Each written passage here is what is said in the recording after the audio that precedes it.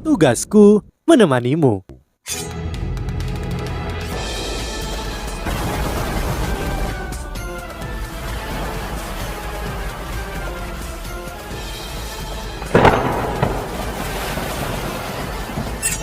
Hai sahabat Pasuk, kembali lagi bersama alur cerita versi novel Solen 2 Sekte Tang yang tak tertandingi. Jangan lupa like, subscribe, dan nyalakan tanda lonceng. Mari kita lanjutkan. Penatu Aswan, kakak tertua, sesepuh, dan rekan satu tim. Aku pergi bersama Tang Wutong. Wutong tidak dalam kondisi yang sangat baik. Tak satu pun dari kita yang tahu apa yang harus dilakukan. Aku membawanya untuk mencari dokter. Tidak peduli berapapun harga yang harus aku bayar, aku harus menyembuhkannya. Dia sangat penting bagiku. Jika dia tidak bisa pulih, aku khawatir aku tidak bisa menghadapi dunia ini dengan tenang lagi. Semuanya, mohon berhati-hati. Dari Yu Hao. Dia terdengar sangat tenang, tetapi semua orang bisa merasakan kelelahan berat dalam kata-katanya. Mereka bisa merasakan kelelahan Wo Yu Hao. Ya, dia telah membawa banyak hal di pundaknya selama beberapa tahun ini. Dengan Tang Wutong ada, setidaknya dia memiliki pendukung spiritual. Sekarang dia sangat terluka. Wo Yu Hao memilih untuk pergi. Lebih tepatnya dia tidak pergi tetapi pergi mencari pengobatan untuk Tang Wutong. Pemulihannya juga akan menentukan apakah hatinya akan berubah menjadi lebih baik. Anak ini pasti sangat menyedihkan. Dia pasti sekarang dalam kekalutan. Hatinya terlalu berat. Aku harap Wutong bisa pulih. Penatu Aswan menutup matanya dengan berat. Wo Yu Hao telah melakukan banyak hal untuk akademi. Pada saat seperti ini, siapa yang bisa menyalahkannya? Mereka hanya bisa mendoakannya dengan baik. Ma Xiaotao diam-diam berdiri di samping Penatu Aswan. Dia juga melihat apa yang ditinggalkan Wo Yu Hao. Meskipun dia tidak tahu apa yang terjadi, ada sorot matanya yang kuat sekarang. Pergi dan lakukan apa yang harus kamu lakukan, adik. Aku akan memikul tanggung jawabmu atas nama dirimu. Penatu Aswan, biarkan aku mengambil alih posisi Wo Yu Hao di pavilion Dewa Laut sekarang setelah dia pergi. Ma Xiaotao berkata kepada Penatu Aswan. Tidak ada yang berpikir bahwa Ma Xiaotao melakukan ini untuk merebut kekuasaan. Ketika seluruh benua berada dalam kekacauan, kekuasaan juga berarti tanggung jawab. Penatu Aswan mengangguk dalam diam. Baiklah. Ma Xiaotao memandang Xiao Xiao dan bertanya, kamu juga bagian dari Sekte Tang. Katakan padaku, apa yang terjadi pada Yu Hao ketika aku pergi? Ketika meninggalkan kota Srekuo, Yu Hao merasa sangat santai. Dia tidak mengalami perasaan seperti itu selama bertahun-tahun. Rileks mungkin adalah kata terbaik untuk digunakan untuk menggambarkan perasaannya saat ini. Meninggalkan semuanya tidaklah mudah, namun melepaskan terkadang merupakan kunci untuk memahami kebahagiaan. Apakah Wo Yu Hao bahagia? Dia juga tidak tahu, tetapi dia tahu bahwa dia lega. Akhirnya, tiba saatnya baginya untuk sementara waktu menyerahkan semuanya. Dia benar-benar ingin melupakan segalanya di dunia ini dan hanya melindungi Tang Wutong. Jika bukan karena dia dalam keadaan koma, dia tidak akan memutuskan untuk melakukan hal seperti ini dalam hatinya. Masih ada banyak hal yang harus dia lakukan, namun itu tidak penting saat ini. Apa yang lebih penting daripada Tang Wutong? Cahaya menyala di langit saat awan melewatinya. Tanpa sadar, Wo Yu Hao sudah terbang dengan kecepatan yang sangat cepat. Inti jiwa pelengkap yin yang-nya tampaknya lebih cocok karena dia dalam keadaan lega. Itu tidak lagi berkelahi satu sama lain, tetapi tampaknya bergabung bersama melalui pelengkap yin yang. Kekuatan jiwa seperti pusaran air dihasilkan di tubuhnya dan melonjak sebelum menghilang dengan kecepatan tinggi. Ini hampir tidak ada artinya bagi Wo Yu Hao, meskipun dia terbang dengan kecepatan yang mencengangkan. Dari Akademi Shrek ke Sekte Hao Tian jaraknya tidak terlalu lama. Sekte Hao Tian berada di Kekaisaran Tianhun, lebih tepatnya sekarang bagian dari Kekaisaran Ryu. Wo Yu Hao terlalu cepat. Dia begitu cepat sehingga alat jiwa pengintai udara tidak bisa menemukannya. Tetapi alat jiwa pengintai apapun yang berada dalam jangkauan inderanya tidak bisa lepas dari cengkramannya. Dia bahkan tidak perlu menggunakan energi apapun.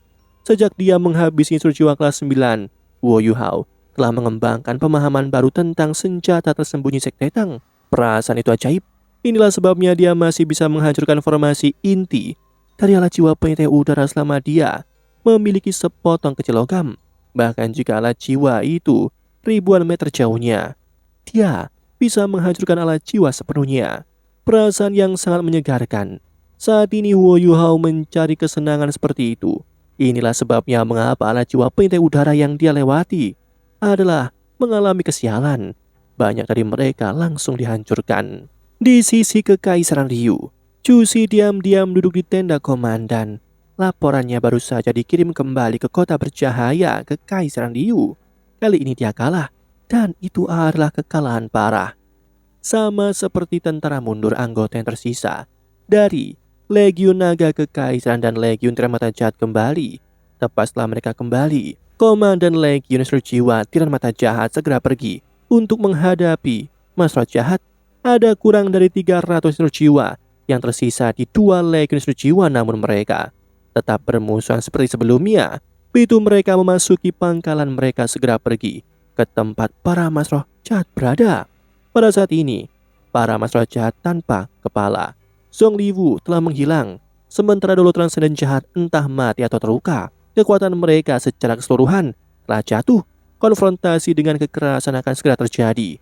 Ketika Legiun Seluruh Jiwa lainnya mendengar berita ini, mereka segera bergegas untuk menengahi. Namun, mereka juga menjadi sangat marah ketika mereka mengetahui bahwa Gereja Roh Kudus telah menyerang dua Legiun Seluruh Jiwa itu.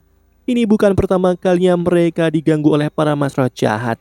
Insiden ini menyebabkan seluruh pangkalan turun ke kekacauan. Bahkan Jusi tidak akan bisa menengahi kekacauan seperti itu di pangkalan.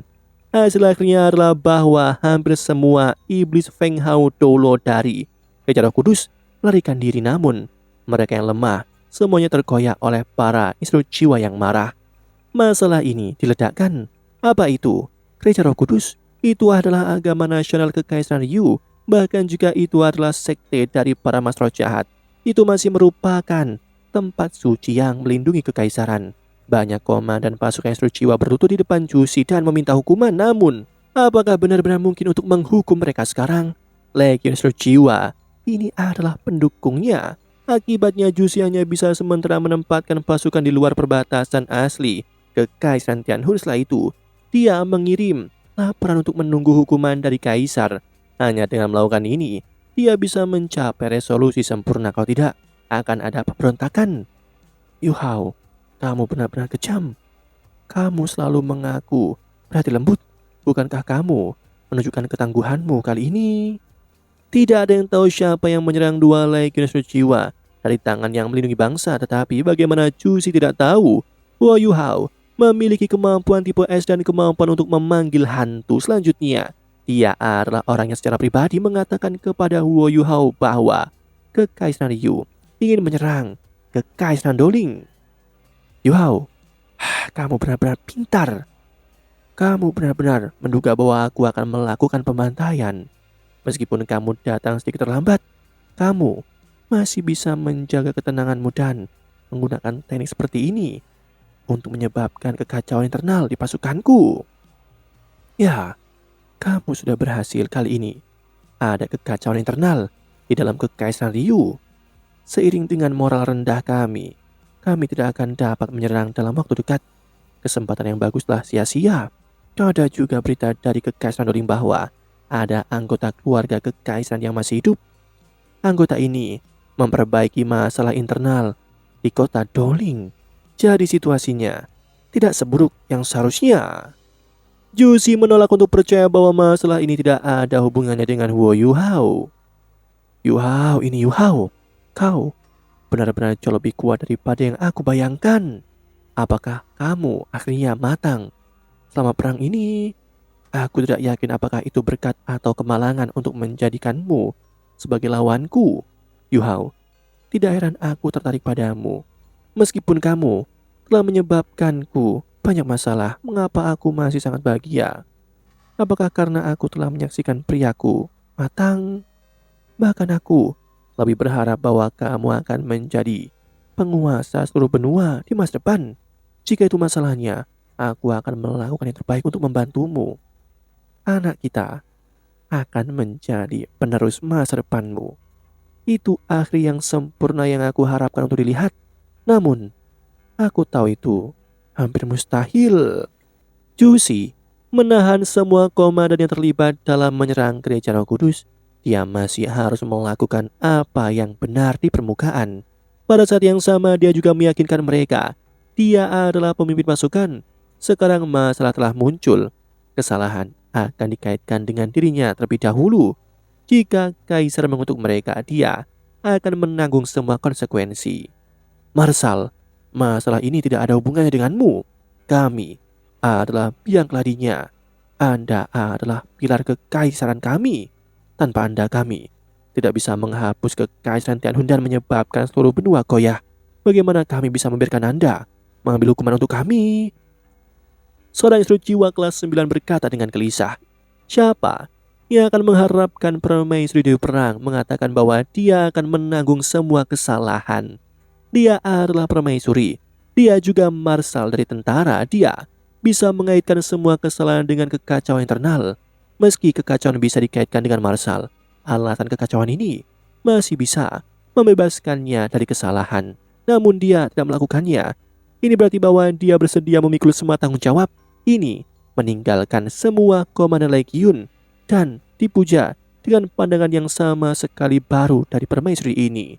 Seorang marsal yang bersedia memikul semua tanggung jawab pastilah yang ingin dilihat oleh para prajurit manapun. Jusi mengangguk dengan lembut dan berkata, aku harus bertanggung jawab atas masalah ini. Aku adalah orang yang memberi perintah kepada dua legiun jiwa untuk menyerang Kekaisaran Doling. Informasi yang akurat hanya dapat diperoleh dariku. Aku juga tidak bisa melaporkan misi militer kepada pengawas militer. Itu sebabnya tanggung jawab ada padaku. Kalian semua tidak perlu mengatakan hal lain, karena aku menyebutkan bahwa aku akan menanggung semua kesalahan. Maka aku akan melakukannya. Dari sudut pandang untung, hukumku sendirian dapat membantu melindungi kalian semua. Pilar kekaisaran. Jusi terdengar sangat tenang, namun bagaimana semua instruksi jiwa bisa tenang ketika mereka mendengar kata-katanya? Tiba-tiba mereka semua menurunkan suara mereka. Mereka jelas menyadari tanggung jawab apa yang harus dia tanggung untuk masalah ini. Dengan menyerang gereja Roh Kudus itu setara dengan menyebabkan pemberontakan, bahkan jika itu dibenarkan. Hukuman untuk pemberontakan adalah pembasmian 9 generasi klan seseorang. Ya, dengan menyalahkan semua orang, Jusi memang meminimalkan semua hukuman. Lagi pula dia memegang status terhormat di kekaisaran. Permaisuri Dewi Perang ini pernah menjadi yatim piatu yang diselamatkan oleh Kaisar Kekaisaran Yu. Banyak orang mencoba skema melawannya ketika dia memutuskan untuk menikahinya. Seorang permaisuri tanpa latar belakang yang tepat dilarang di keluarga kekaisaran. Jika bukan karena fakta bahwa Sutiaran mengabaikan semua keberatan Jusi, tidak akan menjadi ratu. Saat ini, latar belakangnya yang kurang ideal. Karena dia sendirian, tidak peduli seberapa berat hukumannya, dia akan menjadi satu-satunya yang dihukum. Namun, dia adalah permaisuri. Dia bahkan permaisuri di perang. Meskipun dia terlihat sangat tenang, bagaimana mungkin para instruksi jiwa menjadi tenang? Kami bersedia berbagi kesalahan denganmu, Marsal. Bahkan jika kita terbunuh, kita akan mati tanpa penyesalan. Seorang komandan legiun instruksi jiwa berlutut di lantai sebelum melakukan kongtau padanya. Ini adalah formalitas yang diberikan hanya kepada seorang kaisar. Demikianlah kisah untuk kali ini. Sahabat Pasuk, jangan sedih, jangan bimbang, apalagi galau. Karena aku kan selalu menemanimu.